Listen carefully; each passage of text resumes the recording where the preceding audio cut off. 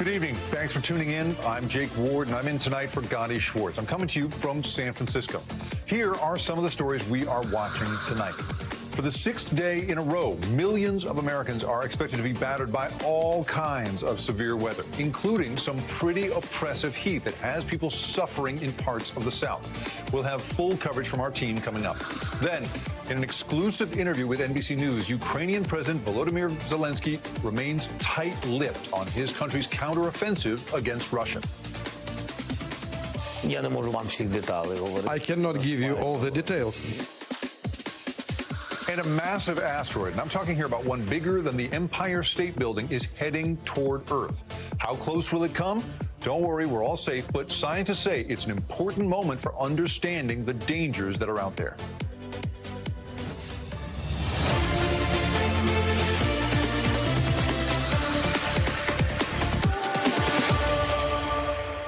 And we have some breaking news for you as we come on the air tonight. At least 3 people are dead after tornadoes ripped through Oklahoma.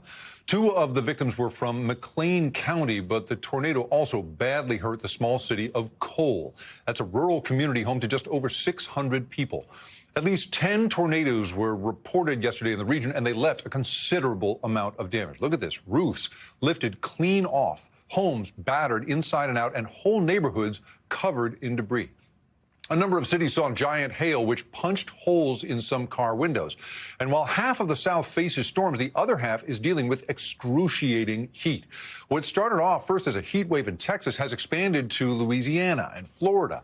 Not only are temperatures there reaching triple digits in June, but in some places it could feel as hot as 115 degrees Fahrenheit. We have full coverage from our team on this extreme weather tonight, beginning with NBC's Kathy Park in Alabama. Jake, severe storms across the South, including right here in Alabama, left behind a whole lot of damage. Wind gusts right around the Birmingham area yesterday at the peak of the storms. Well, it was clocking in at close to 60 miles per hour, and that was no match for even massive trees like this. We're told that the homeowner was hunkering down, sheltering in place as the storms came barreling through and didn't even hear the trees toppling down. But when he came outside, this is what he saw. You can see just how massive the root system is, and you can also see this yellow marker. This is actually an indication that there is a gas line buried a couple inches underneath. Fortunately, the good news is that this gas line did not rupture. Unfortunately, this homeowner here lost 4 big trees on his property.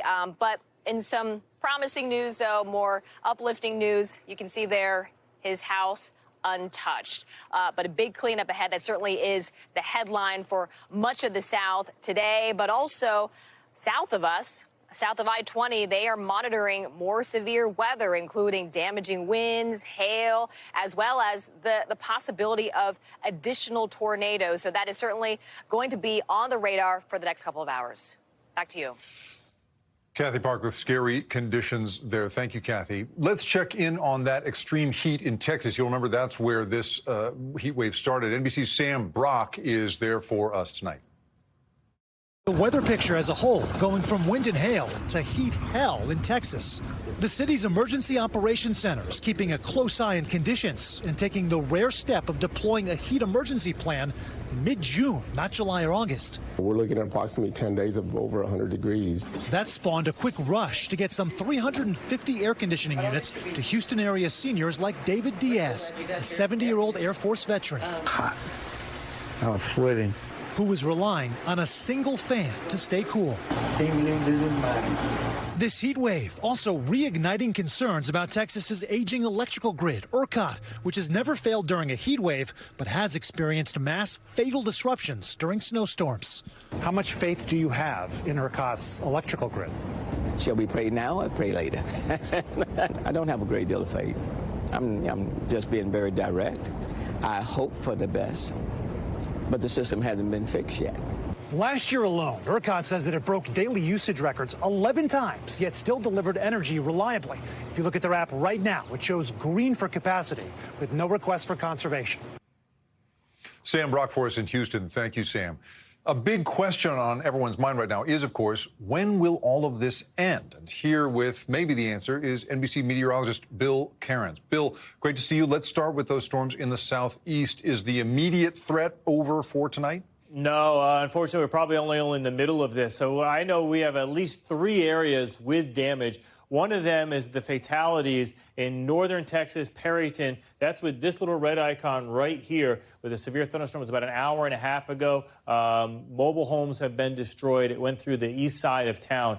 A lot of cleanup is going to be needed there. There's a lot of search and rescue happening as we speak. So that was one of them. We now have a new tornado that was just reported with the supercell thunderstorm that brought baseball-sized hail to Lawton. I'll show you that in a second. And also in Sandusky, Ohio, they had a report of a tornado. That's Sandusky County, not the actual city itself. So here's our tornado watches. We don't have a lot of storms, but we do have a couple very strong storms. This is the one I'm going to show you in a second. We also have one that's trying to make a run here towards in between Waco and Austin. Tornado watches are up till 10 o'clock local time here in central Texas and central Oklahoma. Some of these may be extended towards the Tulsa area later. Here's that big storm that just produced that tornado. So this is the Red River, the boundary between Oklahoma and Texas. This is Interstate 35, just south of Ardmore. Look at all the lightning strikes, just a ton of those, with large hail, possibly of the baseball size with this. And we are under a tornado warning. The sirens are going off. This storm does look like it's going to stay north of the Dallas area, but it could come kind of close to Sherman, Texas, which is located right here in about a half hour to 45 minutes from now. And this is a radar-indicated tornado right now. Earlier, we did have confirmation. So here's how it all sums up. As we go through the rest of tonight, 22 million people at risk. Tomorrow, additional severe storms, but it shouldn't be as widespread and as dangerous as this evening. Well, Bill, it is always so valuable to me when you're able to talk to us both about the effects, which you do so well, but also about the causes. I mean, the heat, right, seems like it's going to last for a few days. Give me the bigger picture here. Is this something Texans might see a few times this summer or maybe even more for the next few years? What is the new normal we're looking at here? Oh, this is all interrelated. I mean, Texas is in the midst of a heat wave. It's June. Texas gets heat waves. That's not a big headline. What's been interesting is that it has been rare humidity. The amount of moisture in the air, the dew point, how it feels. You know, people say air you can wear, or you walk outside and you start sweating. That has been the air mass over Texas. That's what's fueling these storms, by the way. Even at this hour, the heat index still feels like 109 in Corpus Christi. Earlier today, it felt like 120 degrees. And you showed this map earlier in the show of all the areas from Texas to Louisiana, even southern Mississippi. And it's not going to end. This sizzle is going to go right through Father's Day. We're just kind of stuck in a pattern here, but we need a change. And it's not happening. East is cool, west is cool, middle of the country, it's hot and stormy. And, Bill, we've obviously here in California, you know, been very sympathetic to all of you who've been experiencing these Canadian wildfire air quality problems. What is the latest with that here in the U.S.? Well, I mean, the fires haven't stopped. I mean, that's probably the biggest issue. And I just updated these numbers. I haven't looked at them in a couple of days. But we still have 216 fires that are out of control. A lot of them are in British Columbia, Alberta, and also here in Quebec. This is a number that blew my mind. 13 million acres have already burned year to date. And why is that important? The record for the entire year for the U.S. is 10 million. So in half of a year, they've already surpassed the most that we've ever had. And they're still burning, and likely they'll continue to burn right through the summer until the winter starts.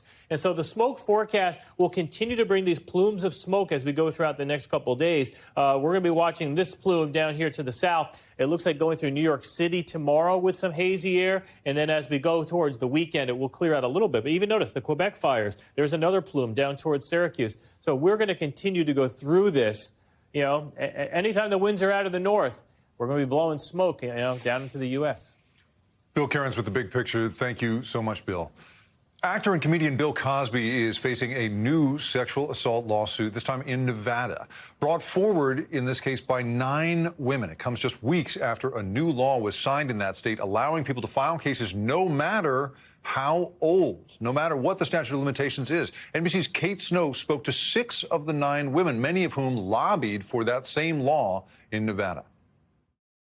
Why are you filing suit? To take back my power. It's time for him to be responsible for his actions. Culpability, justice. A new legal volley from accusers aimed at comedian and actor Bill Cosby. Our tummy needs some yummy, right? We started out small and frightened and scared.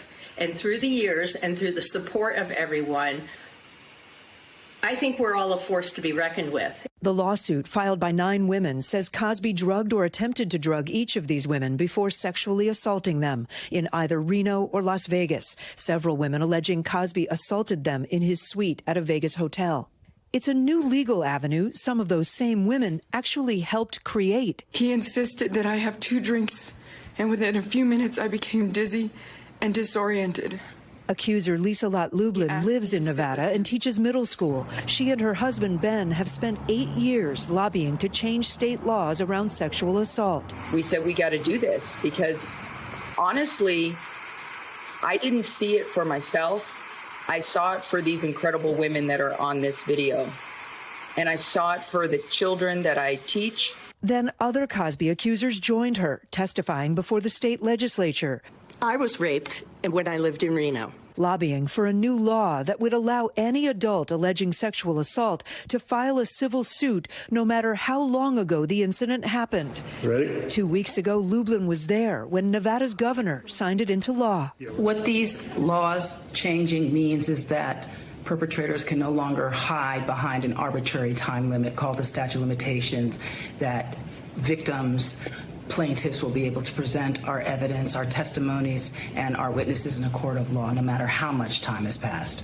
That law enabled their new lawsuit. I didn't expect this to be the outcome. And it's kind of like, is this really happening? Their suit seeks compensatory and punitive damages. This is an incredibly powerful group of women right here. I first met these 6 women when I interviewed a group of 27 Cosby accusers in one room in 2015. The conversation needs to be had. In 2018, Bill Cosby was convicted of indecent assault, but 3 years later, Pennsylvania's Supreme Court overturned his conviction. The court found Cosby was denied protection against self-incrimination. I'm still angry, and that right there is why I'm part of this suit. And I know that people are going to say, oh, yeah, sure, you got the law changed, and now you're after his money. I can promise you, many, if not most of us, never planned on doing this. This is the only recourse I have left. Cosby has long denied all allegations of sexual abuse. Reacting to the new Nevada lawsuit, Cosby spokesman Andrew Wyatt accused the women of being motivated by their addiction to massive amounts of media attention and greed. And Wyatt said, from this day forward, we will not continue to allow these women to parade various accounts against Mr. Cosby anymore without vetting them in the court of public opinion and inside of the courtroom. The women are seeking a jury trial, in part, they say, to help other survivors. Look at all of us now. It's never, ever too late to take our lives back and to get the justice every single one of us deserves. And we're living proof of that. You don't feel human unless you fight back. In some way, there has to be a fight. And when you've been drugged, you never even got the chance to fight. And I didn't get the chance to fight for over 25 years. There's nothing more empowering than trying to take back your control. You're all fighting now. Together. Kate Snow, who's been reporting on this for a long time. Kate, thank you. Today, a man convicted in Florida's first deadly distracted driving case was sentenced over a crash that killed a 9-year-old boy. Last month, a jury took 2 hours to decide that Gregory Andriotis was guilty of recklessly driving and killing Logan Shearer back in 2016. According to documents from Florida Highway Patrol, Andriotis slammed into the back of the Shearer family while they were driving on the highway. Troopers said he had been looking at his phone when it happened. Blaine Alexander joins me now. Blaine, the family says they were offered multiple chances to settle this case, but they decided to take their chances with a jury trial to send a broader message. I mean, what's your feeling? Did they get what they were hoping for today? Well, as for exposure, yes, that's exactly what they, really wanted. They really wanted to bring this to the forefront and, in their words, set a precedent and kind of send a very strong message here. It's interesting that, when you talk about sentencing, he's eligible for up to 30 years in prison. That would be certainly one of the longest sentences that we have seen nationwide when it comes to somebody being convicted of distracted driving involving a cell phone. Now, when they talk about the message of all of this, you look at DUI, for instance. One person with distracteddrivers.org made the point to me. She was like, when it comes to DUI, the person is usually arrested right there on the spot, right? Like, that's something that's kind of vilified. But when it comes to distracted driving, you certainly don't see penalties that steep, and that's something that they hope to change, Jake. Now, Blaine, what about the evidence used in this case? I mean, how are they able to determine he was using his phone at the time of the accident? So this is unbelievably egregious, Jake, when you really kind of look at this. They had investigators, of course, go through, look at his cell phone. Now, they were only allowed to admit evidence from the time that he was in this particular Florida county. So about 8 minutes prior to the point of impact, prior to that accident. They found that in those 8 minutes, he was talking on the phone. He was speaking to his wife. Not only that, but he downloaded Excel, the Excel app on his phone. He paid a bill online. There's evidence that showed that Facebook was up and running in the background, that at one point he appeared to check his email. So we're talking about a number of different things, kind of complicated things that he was doing on the road. In addition to that, investigators say that he was going nearly 80 miles per hour, between 78 and 79 miles per hour at the point of impact. And there's no evidence that he ever tried to slow down or brake. So prosecutors say that he was just completely distracted, never even saw it coming, and slammed into the back of that family car. Well, Blaine, I want to ask this, and I'm not sure if I'm thinking about this the right way, but I can't help but put myself into that man's position, right? I mean, who among us has not been distracted at the wheel of a car with a smartphone in their possession I mean, even today, I can think of a moment in which I might have done that. Of course, it's easy to think of him as having, done it in a pretty egregious way, speeding as he did, but now that we know that you can get such extraordinary penalties for something that all of us do to some extent, what precedent do you think this could set for driving accidents involving cell phone use for all of us? And that's something that really came up in today's sentencing hearing, Jake. This was a long sentencing hearing, stretched for several hours. You heard from people speaking on behalf of the family. The father there spoke. We also heard from people speaking on behalf of that driver, saying that, yes, this wasn't anything that was done with malicious intent. This wasn't anything that was done intentionally, but rather something that, in so many words, something that so many people do all the time. But the prosecution made the point that he was distracted for a long period of time. We're not talking about just looking down, checking your phone, and looking back up. They cited almost a 20-minute period where he was downloading apps, where he was putting in passwords, where he was putting in credit card information to try and pay his bills. So certainly a kind of different type of thing. But when you talk about the precedent that this sets, that's exactly why the family said they went through this rather grueling 7-year process to bring this to the forefront. They wanted to make it clear that these types of things, in their words, are just as dangerous as a DUI, and that the penalties should be just as steep. Jake. Blaine Alexander with an important reminder to all of us to put the phone down. Blaine, thank you so much. We've got more news to get to this hour, including a crucial battle for Ukraine. President Volodymyr Zelensky telling our own Richard Engel that Russia could lose the entire war if Ukraine's counteroffensive succeeds. That's just ahead. Please stay tuned. Let's go around the world in 80 seconds. We begin in Canada, where a crash involving a semi-truck and a bus full of seniors left at least 15 people dead. It happened in Manitoba earlier today. Investigators say the bus was hit by the truck inside the intersection of two highways. 10 others were hurt. Police say it is too early in the investigation for any real concrete answers. 2 Americans have been found dead at a luxury resort in Mexico. Their bodies were discovered this week. They were visiting a town near Los Cabos in Baja California. The family tells NBC News they believe the 2 died of carbon monoxide poisoning, and an early examination indicates the couple did die by intoxication of some kind, but there is no determination yet on what substance might be involved.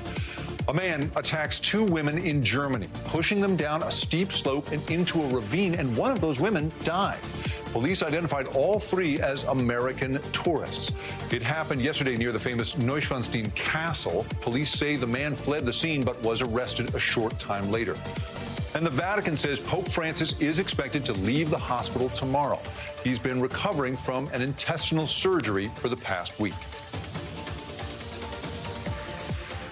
Ukrainian forces have launched a counter-offensive aimed at taking back land under Russian control. Now, progress has been slower than expected, but officials say that forces have regained control over 100 square kilometers of territory so far. NBC News chief foreign correspondent Richard Engel sat down for an exclusive interview with Ukrainian President Volodymyr Zelensky, who spoke about both the counteroffensive and U.S. domestic politics. Ukraine tonight is in a full-scale fight to take back Russian-occupied land. Hi, Richard. Good to see you again. How are you? A pivotal moment for our interview with Ukrainian President Volodymyr Zelensky at the presidential compound in Kyiv. This must be a very critical time for you. Critical and very busy. For over a year, Ukraine has been fighting successfully to defend itself. Now, going on the offensive to break through Russian front lines is proving to be challenging. We are now in the early days of this long-anticipated counteroffensive. How's it going? I cannot give you all the details. There are both defensive and offensive actions. Things look not bad. I would say it's generally positive, but it's difficult. Our heroic people, our troops, who are now at the front of the front line, are facing very tough resistance. And you understand why. Because for Russia to lose this campaign to Ukraine, I would say, actually means losing the war. President Zelensky also had a dire warning. He blamed Russia for blowing up a dam, which Russia denies, flooding dozens of villages, and tells us the next Russian target is the Zaporizhzhia nuclear power plant. Russia does want to blow up the station. Why would they want to do that? Because, like with the dam, they are not interested in Ukraine's security. They always need instability here and want the world to pressure Ukraine to stop the conflict. He says Russia is getting desperate as more Western military aid is coming. Today, the U.S. and other allies agreed to train Ukrainian pilots to operate F-16s, but it's still unclear when they'll arrive and how many. You've been talking about planes since day one. I remember seeing you the very early days of the war in this building, in the basement. Now they're somewhere in the pipeline. What has been the effect of having weapons rolled out like this, given slice by slice over time? It's prolonged the war. If we are supplied with the machinery that is currently held by our partners, we will win faster. We also asked about comments from former President Trump and Governor DeSantis questioning American support for Ukraine. President Zelensky invited both to come here and said unless Vladimir Putin is stopped in this country, there'll be a wider war with NATO. Coming up, picture this. This is going to sound crazy, but you go to buy a concert ticket, and when you check out, imagine the price is exactly as you saw it before. No hidden fees. Shocking. Well, that could soon become a reality. But first, you have to see this. You know the phrase, it's raining cats and dogs? Well, how about it's raining crickets? Parts of Nevada are overrun by millions of Mormon crickets, and they are everywhere. You guys, this is my nightmare. They are covering roads, vegetation, even houses.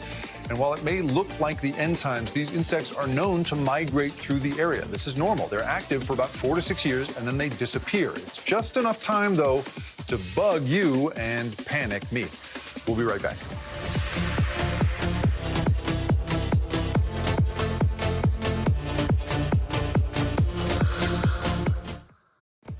Welcome back. Let's get you caught up in 30 seconds. The South is dealing with dangerous weather tonight. Thousands of people across multiple states do not have power right now after tornadoes and hail moved through.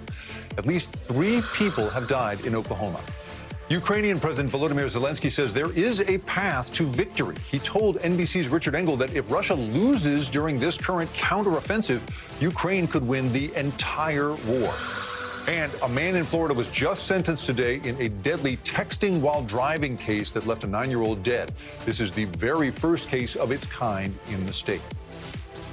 Crews in Philadelphia are rushing to get that collapsed part of I-95 highway back up and running. A plan to rebuild the major East Coast artery is already underway. It fell apart last Sunday after a fiery crash involving a tanker truck. But full repairs are expected to take months. And that is, of course, not much comfort to drivers who depend on that route. NBC's Emily Akeda has the story. Hey there. Well, the biggest question remains unanswered still. When will drivers be able to return to this section of I-95? Officials did shed some insight around how they'll be using a temporary roadway to help drivers more quickly gain access to this stretch of road while they build out that more permanent overpass, assuring that crews will be working around the clock. And you can already see just how different the roadway looks from a few days ago. The rush to rebuild a critical northeast artery completely turned to rubble after a fiery tanker crash in Philadelphia over the weekend. Once crews finish clearing out hundreds of tons of debris, they will begin backfilling the massive gap and paving 6 lanes of roadway as a temporary solution. Eventually, they plan to construct a permanent overpass around it. Pennsylvania Governor Josh Shapiro says crews are already ahead of schedule, but would not give an estimated timeline for when drivers will be able to return. We realize this is a challenge for motorists. That's why these guys are working their tails off to get it done as quickly as possible. Of the 160,000 vehicles that rely on the now severed section of I-95, roughly 14,000 are trucks, now facing more than 40 miles of detours, driving supply chain disruptions. Transportation Secretary Pete Buttigieg on the ground earlier this week. Economists warning that this closure could push up the prices of goods. What's the level of urgency in getting this rebuilt? If a route is disrupted, or if it's longer, or if trucks have to wait, that finds its way into the cost of goods. Delivery driver Robert Thompson typically relies on I-95 5 to 10 times a day. Now, he says, familiar routes are taking twice as long to travel. How does this complicate your job? In every way, because we depend on roadways to get where we got to go. We're a same-day courier. We need to get somewhere fast and on time, and if we can't, then we might lose a customer. Backlogs building on local roads and surrounding highways, impacting local commuters, too. All of the cars that would typically be on 95 are now on these back roads in Northeast Philadelphia, where I'm used to just zooming around from house to house, and I'm having to allot much more time. As the collapse drives a new normal for the summer travel season. People who are going to travel need to keep in mind is some advanced planning. Consider traveling during off-peak times. And NTSB investigators say the company tied to Sunday's fatal crash was authorized to be transporting gasoline. It's still not clear why driver Nathan Moody lost control of the truck before crashing. Still more details to come. Back to you. Emily Akeda, thanks so much. You know those hidden fees that get added when you buy things like concert tickets or put down money on a vacation rental? Well, the problem is so bad that the White House is addressing it. In a meeting with event ticketing and travel companies today, President Biden insisted prices be more transparent. Kaylee Harding has more.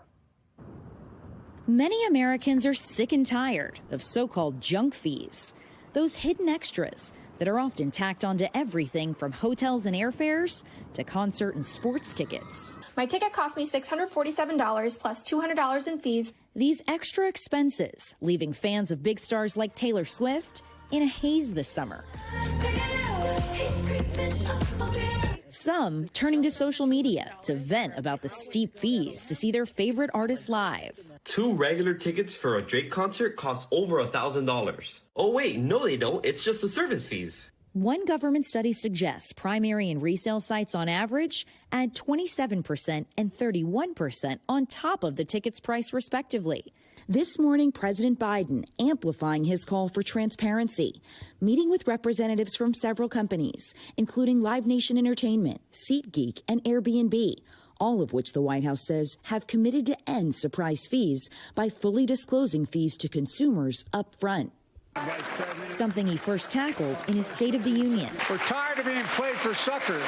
The excess charges, one point of focus of a hearing on Capitol Hill in January, as senators press Ticketmaster's parent company Live Nation about them. Recent study found that for some tickets, it's as high as 75% of face value. And it's not just for shows. The White House says it's working to address junk fees in every sector of the economy, hoping to save Americans from shelling out nearly $65 billion extra dollars.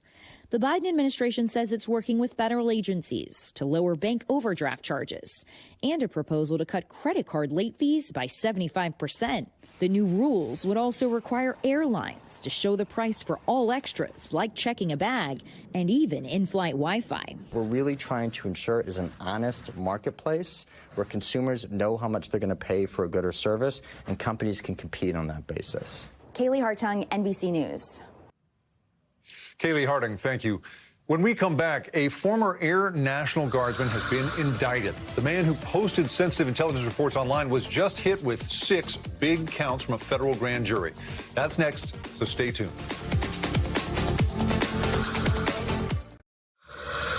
Hey there, welcome back. Here are some of the other headlines we are watching for you tonight. The Supreme Court delivered a big win for Native American families today. In a 7-2 vote, the court upheld a law that aims to keep Native American adoptees within their tribes. President Biden celebrated the news, saying the decision, quote, keeps in place a vital protection for tribal sovereignty and Native children. The Justice Department is playing golf, well, sort of. Today, it told the PGA Tour that its antitrust division will investigate the planned merger with Saudi-funded Live Golf. This comes after that shocking announcement last week that the two would partner up. And you remember that standoff between union workers and their employers at West Coast ports? Well, finally, the Longshore Union and employers of 22,000 dock workers have reached a tentative deal on a new 6-year contract. No details of that deal were released. The accused Pentagon leaker, Airman Jack Teixeira, was indicted today by a federal grand jury. He's charged with 6 counts of willful retention and transmission of classified information relating to national defense. It's a big deal. If convicted, he faces up to 25 years in prison. And today, FDA advisors voted to update the fall booster shot to target the current circulating strain of COVID. They also voted to drop the original strain from the shot. Let's head now to Pittsburgh, where a federal jury is deliberating on 63 charges against the alleged shooter in the Tree of Life Synagogue massacre. Earlier today, closing arguments wrapped up after 11 days of emotional testimony. Robert Bowers is accused of killing 11 Jewish worshipers in 2018 in what is called the deadliest attack on Jews in U.S. history. He could face the death penalty if convicted. Joining us now from Pittsburgh is NBC's George Solis. George, what did we hear inside the courtroom today? Yeah, Jake, it was another emotional day of testimony right before the closing arguments. I spoke with members of the congregation today who say it is hard for them to be in the same room as the accused shooter, and they say they only refer to him as the shooter. The prosecution laying out their case yet again during the closing argument, saying that the shooter had every intent of going to the Tree of Life Synagogue and carrying out this heinous attack, saying things like he told officers he went in there to kill Jews and that his hate runs deep. Also looking at his social media history when he posted on those forums saying, I'm going in, referring to when he went to the actual synagogue to carry out the shooting, which, of course, as we know, killed those 11 members of the congregation, as well as injuring several officers. And we heard testimony from one of the officers who was injured throughout these 11 days. Meanwhile, the defense not denying that their client did this, but trying to raise some questions about his intent and his motivation during all of this. Of course, we know that this case particularly doesn't center so much on the facts of whether or not he is guilty, but whether or not the accused shooter will receive the death penalty if he is convicted on the as far as the case goes with the facts of whether or not he's guilty. Jake. And George, how are people at this point expecting this to go based on what you understand? And then what happens next? Right, so members of the congregation that I spoke with say that they, of course, expect the facts, as I mentioned, for him to be guilty here on all counts, which then brings the question of the sentencing phase and whether or not he will receive the death penalty. And there is some disagreement. Some members of the congregation want to see the accused shooter, Robert Bowers, get life in prison. Others, of course, say the death penalty is the only just punishment here for carrying out these crimes. But, of course, ultimately, we know that all of this will be in the hands of the jury as deliberations will continue tomorrow. Jake. George Solis at a difficult courtroom scene in Pittsburgh. George, thank you so much. We're days away from the official start of summer. From coast to coast, nature has come alive again with warmer temperatures and beautiful flowers in bloom. I have to say, it's pretty delightful here in California. But in Chicago, those blooms take on a special meaning this year, all thanks to one couple's nonprofit. NBC's Shaq Brewster has more. Across Chicago's thorniest neighborhoods, change is blossoming from the ground up. Inglewood is really kind of like the epicenter in many ways for a lot of the problems that, we see here in Chicago. So this is really about trying to establish the floral industry as a new anchor industry in urban America. 10 acres of previously vacant lots, now fully sustainable flower farms, converted by the nonprofit Keelan Blackwell and his wife Hannah founded in 2014. We have our double white tulips, we have some of our peach. Flowers that not only beautify, but empower. The tulips that grow on this flower farm are sorted and arranged here at Southside Blooms, creating jobs for young people in this community. We make bouquets, centerpieces. What's your favorite thing to do here? Centerpieces. Why is that? Because it's creative and have like different heights and different flowers. Youth learning floristry, flower farming, even customer service, skills that help them prepare for future careers. You could put it on your resume or something like you worked at a flower shop. I think it's pretty great, actually. There's a lot of kids who don't have opportunities to succeed, to really, showcase their talents. And we wanted to change that. A change that required convincing for some. Why did you have that skepticism when you first heard about this job? Oh, because I was like, planting flowers. Like, man, I don't plant no flowers. I'm a guy. That's for females. I never in a million years would see myself working with flowers because, this was my first time ever being in a flower shop. Like being around so many flowers, so many different varieties of flowers. But a mission that quickly won them over. I was like, okay, he changing the neighborhood. Okay, I got to be part of this. You wanted to be part of this? Yeah. I got to be part of it, because I grew up around here. Working to harvest a new perception of this community. When people think of Southside Chicago, when they think of young black men, most people don't think about flower farms. They think of bullets and gang rivalries and, death. You can't judge a book by its cover. Weaving through the destruction, it's beautiful. With an undeniable impact. It really gave me patience. Taught me patience, how to control my anger, how to, this is how you run a business. Teaching me. Being out here did that? Yeah. It was telling me, teaching me. You got to actually put in hard work to see yourself prosper. The more work you put in to yourself and into your community, the better you'll be off. An impact ripe for delivery. We definitely want to be able to replicate this and take it to every major inner city across the United States. You're just getting started. Definitely just getting started. Shaquille Brewster, NBC News, Chicago. That is the stuff. Good job, Shaq Brewster. Yosemite National Park is one of the nation's best places to see waterfalls. After California saw record snowfall last winter, it's creating a spectacle here that has not been seen in decades. But it's not all beauty. Park officials are warning it is also deceptively risky for visitors. NBC News correspondent Steve Patterson shows us both the views and the dangers of these waterfalls. Yosemite National Park is known for its breathtaking views. Miles of emerald forest sway under staggering walls of granite in a park the size of Rhode Island. But right now, the main attraction is water. Have you ever seen it like this before? Never. It's amazing. Most years, the California winter brings the beautiful roar of waterfalls in the spring, heard racing throughout the park. But this year is unlike any other. This is the biggest year we've ever had. Waterfalls, both old and new, can be seen at every turn. After record rain and snow totals from back-to-back winter storms, the mountains above are home to a massive snowpack. Now, as the temps heat up, the big melt is on.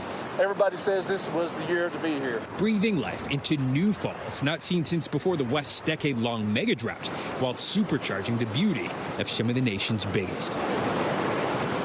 I'm standing at the base of Yosemite Falls, the tallest waterfall in North America, and park officials here say they've never seen it like this. But all that beauty belies a hidden danger.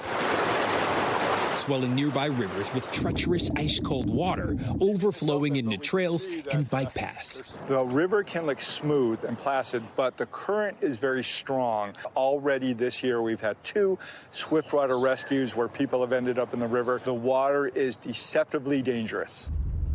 In February, a 54-year-old snowfall record was shattered after 40 inches fell in just one day. An April heat wave forced the closure of portions of the famed national park, and more than 50% of the snowpack is still up there. Really, the best advice is to just, stay away from the water and enjoy it at a distance. Despite the danger, it's a staggering showcase of Mother Nature, dazzling park enjoyers with the spectacular display of water power the state so desperately needed. Now, before we go, an asteroid the length of the Empire State Building is passing by Earth. But don't panic, don't worry, it's more than 2 million miles away. Still, NASA is calling it a potentially hazardous object. We'll explain why, so please stay tuned.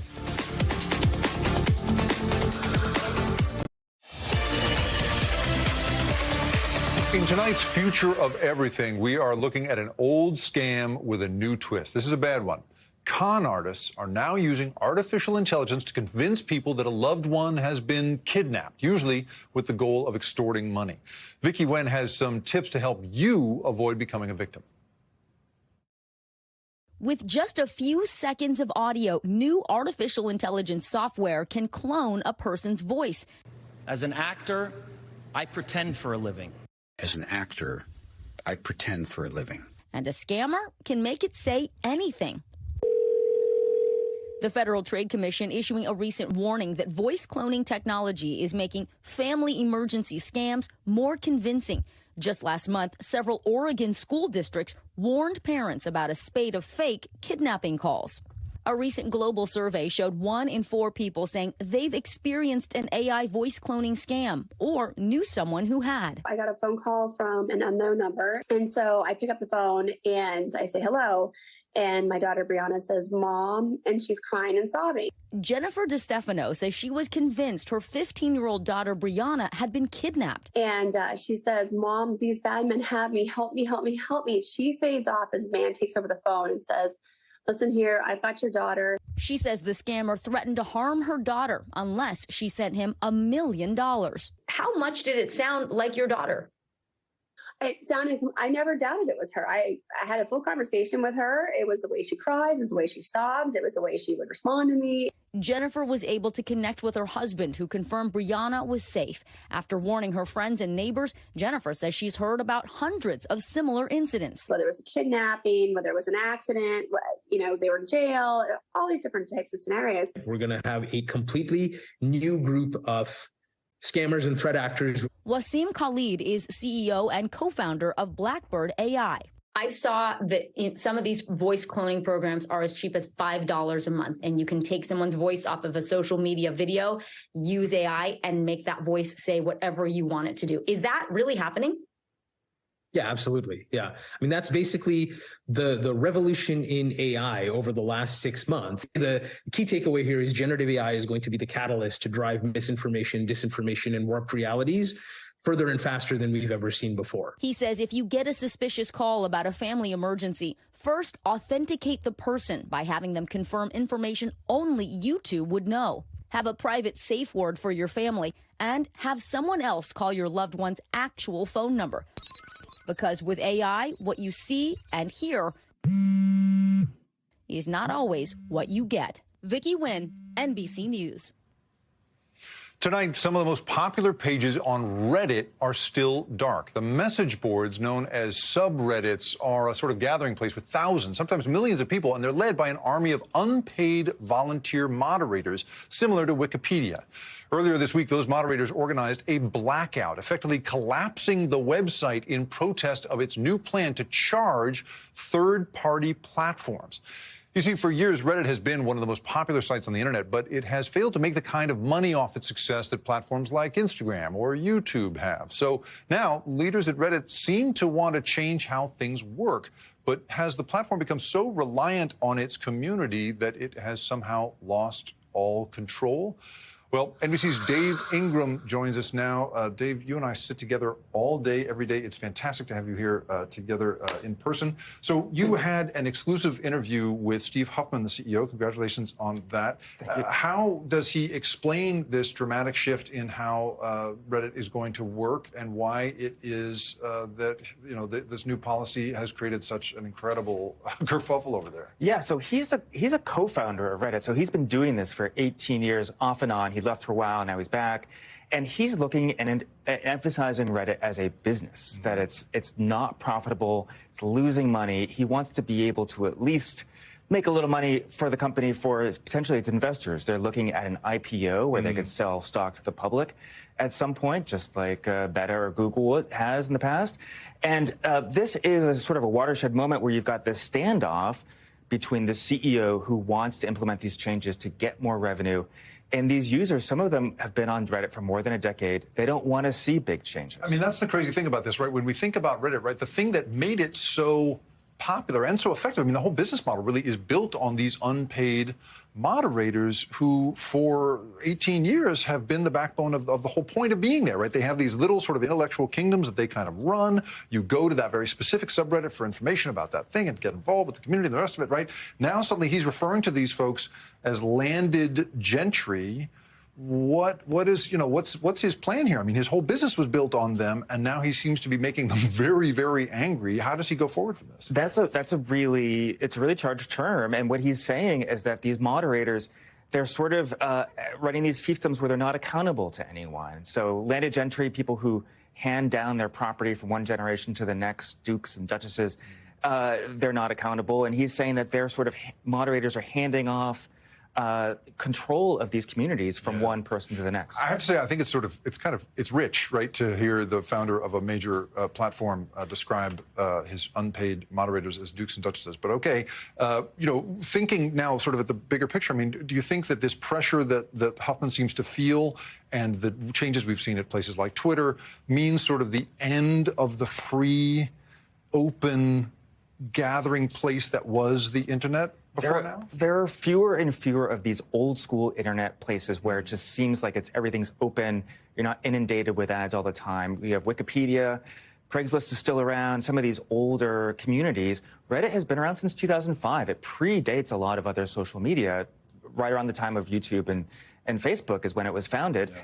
And, you know, if it changes significantly, if it even goes away or gets diminished, I think a lot of people are going to be yearning and searching for something like that that doesn't feel so commercial. David Ingram, fantastic reporting. Great to have you with us. Everybody, give him a follow. It is really, really important to do so. Stargazers may want to keep their eyes on the sky because a giant asteroid is expected to go right by Earth tonight. This thing is over 2.5 million miles away from Earth, and that sounds pretty far, but in terms of space, it's actually real close. Close enough for NASA to call it a, quote, potentially hazardous object. Now, this thing is apparently the size of the Brooklyn Bridge, whose central span is over 1,000 feet long. So that would be pretty scary if it really was on a collision course with Earth, but no worries. There's no risk of it actually colliding with us. Joining us now is astrophysicist Dr. Paul Sutter. He's a NASA advisor and author of How to Die in Space, A Journey Through Dangerous Astrophysical Phenomena. Dr. Paul, great to have you with us. Now, space is, of course, a busy place, and asteroids pass by Earth all the time. If this thing is not going to collide with Earth, why label it a potentially hazardous object? Why all this attention? This is a great question because, yes, like you said, space is very busy. There are rocks flying by all the time. And we want to be very careful. We want to monitor every single potential threat. One, because the more we monitor, the better we get at monitoring and finding more actually dangerous rocks in advance. And two, rocks can change their orbits. Things can change, and a potentially hazardous object can become an actually hazardous object very quickly. Now, I, of course, am no expert in this, but I know that for a long time, right, experts have argued that we need an improved planetary defense system. That's the case you seem to be making here, too, you know, one that scans the skies for these smaller objects that, you know, it might not destroy Earth, but would certainly do significant damage to something like a city. Is this that kind of asteroid that they've been talking about? Yes, to give you some perspective, this asteroid is around 10 to 50 meters across. And if that were to strike the Earth, it would be going at tens of thousands of miles per hour. And with that much kinetic energy, it would release the equivalent amount of energy as the nuclear bombs dropped over Japan in World War II. I mean, this is, you must ruin every party you go to. I mean, you know, for me, I immediately then think, okay, well, what could happen if the next one comes along and we're not ready? I mean, last year, we know that NASA successfully changed an asteroid's orbit in their DART mission. If this asteroid had been on a real collision course with Earth, do you think we have the technology we need to defend our planet? The answer to that question is maybe, and it depends. If we can spot the asteroid early enough, we can potentially send an intercept mission like the DART mission and knock it off course. And a small change in its initial orbit will end up adding up over time and completely missing the Earth. But if we wait too long and we don't catch it soon enough, there's nothing we can do, and we just have to hold on for dear life. Dr. Paul Sutter reminding us all to hold on for very dear life. Thank you so much for being with us. That does it for us tonight. I'm Jake Ward. We'll see you tomorrow, but until then, stay tuned now. Thanks for watching our YouTube channel. Follow today's top stories and breaking news by downloading the NBC News app.